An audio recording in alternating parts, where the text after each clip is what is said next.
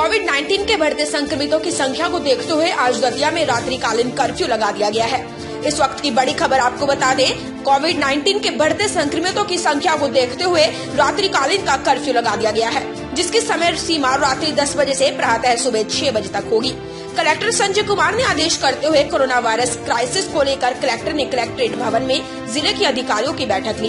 इस मामले में कलेक्टर संजय कुमार ने मीडिया को जानकारी देते हुए बताया कि मध्य प्रदेश शासन के द्वारा निर्धारित किए गए नियमों के पालन में भारत सरकार के द्वारा आई नई गाइडलाइंस के विषय में जानकारी दी। साथ ही एहतियात बरतने के साथ शादी समारोह, सार्वजनिक स्थानों आदि के लिए नए दिशा निर्देश का पालन कराया जाए, क्योंकि कोरोना अभी गया नहीं है।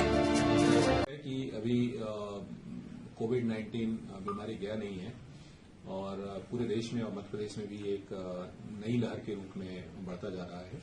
दतिया में यद्यपि की अभी नियंत्रण में है, लेकिन अक्टूबर महीने के तुलना में देखें तो थोड़ी सी बढ़त पे है और ये चिंता की बात है। पहले दतिया नगर में संक्रमण थोड़ा ज्यादा था, अब दतिया नगर में कम हुआ है और भांडेर, इंदरगढ़ और कुछ एक दो बड़े गांव है वहां भी फैला है। ये हमारे चिंता की बात है। जैसा कि हम लोग यहाँ पे क्राइसिस मैनेजमेंट ग्रुप है, जिला क्राइसिस मैनेजमेंट ग्रुप, उसकी बैठक करते हैं। उसमें हम लोग अपनी स्ट्रेटजी तय करते हैं आगे सिचुएशन को, वर्तमान सिचुएशन को एनालाइज करके आगे के लिए। तो अभी एक दिन पहले हमने इसकी बैठक रखी थी और उसमें हमने तय किया है कि अभी जो आने वाला शादी का सीजन है, शायद आज या कल से चालू होने वाली शादियां, तो वो हमारे लिए चिंता का विषय है, क्योंकि ये एक लोगों के इकट्ठे होने का एक बहुत बड़ा कारण होगा। तो उसको नियंत्रित करने के लिए 200 लोगों की सेलिंग करी है। शादियों के लिए हमारे किसी भी राजस्व अधिकारी, नातुल्लाह से और तहसीलदार से, एसडीएम से, किसी से भी उसका परमिशन ले लेंगे। उनको बताना पड़ेगा कि वो 200 लोग कौन है, 100 लोग एक पक्ष से, 100 लोग दूसरे पक्ष से। उसमें उनका कैटरर, उनके और जो दूसरे जो लोग हैं वो भी शामिल रहेंगे और थोड़ी सी लोगों को कोऑपरेट करना पड़ेगा, क्योंकि ये एक क्राइसिस टाइम है।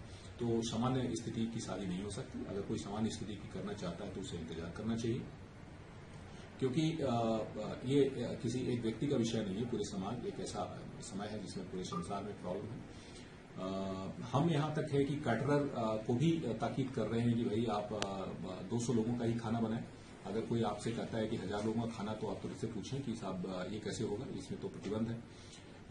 पंडित जी से भी कह रहे हैं, उनके ग्रुप से भी बात कर रहे हैं, आपके माध्यम से भी अपील करते हैं कि जितने सर्विस प्रोवाइडर हैं वो भी इस बारे में चौकन्ना रहें, क्योंकि सबकी जिम्मेदारी है।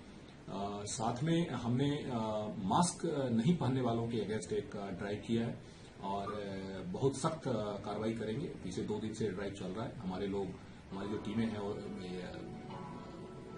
सक्रिय हो गई हैं।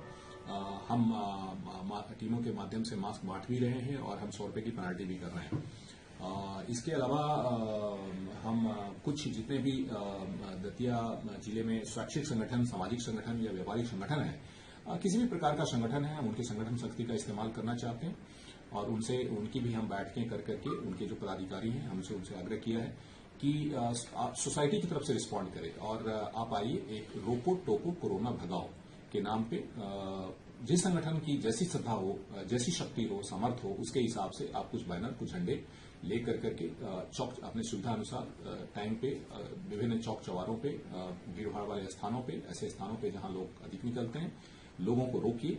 अगर बिना मास्क का है उनको टोकिए, उनको इस बारे में बताइए कि ये जिम्मेवार बिहेवियर नहीं है और अगर आप बांट सके तो उन्हें मास्क दें। टोकने से लोगों को थोड़ी सी शर्मिंदगी होती है।